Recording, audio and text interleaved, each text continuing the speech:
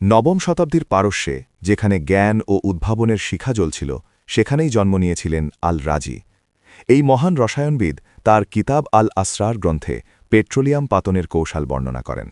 তার যুগান্তকারী আবিষ্কার আধুনিক সভ্যতার পথ প্রশস্ত করেছিল। আল রাজির দূরদর্শী চিন্তা কিভাবে অপরিশোধিত তেলকে এক মূল্যবান জ্বালানিতে রূপান্তরিত করেছিল। তার উদ্ভাবনী পদ্ধতি শুধু রসায়ন নয়, মানবজাতির জ্বালানি ইতিহাসে এক নতুন দিগন্ত উন্মোচন করে। ক্ষুদ্রাতিক্ষুদ্র বিন্দু থেকে বিশাল পরিবর্তনের শুরু। আল রাজি তৈরি করেন নাফফাতা, কেরোসিন বাতি। শত শত বছর আগে, আধুনিক পেট্রোলিয়াম শিল্পের পত্তন হবারও আগে এই বাতি আলো ও উষ্ণতা এনে দিয়েছিল। এটি ছিল রাতের অন্ধকার দূর করার এক বৈপ্লবিক সমাধান। আল রাজির এই উদ্ভাবন কেবল একটি বাতির সৃষ্টি ছিল না, বরং তা ছিল প্রজ্ঞা ও আবিষ্কারের মশাল। তার কাজ আজও আমাদের অনুপ্রাণিত করে, স্মরণ করিয়ে দেয় যে বিজ্ঞান কিভাবে মানবজীবনকে সমৃদ্ধ করতে পারে।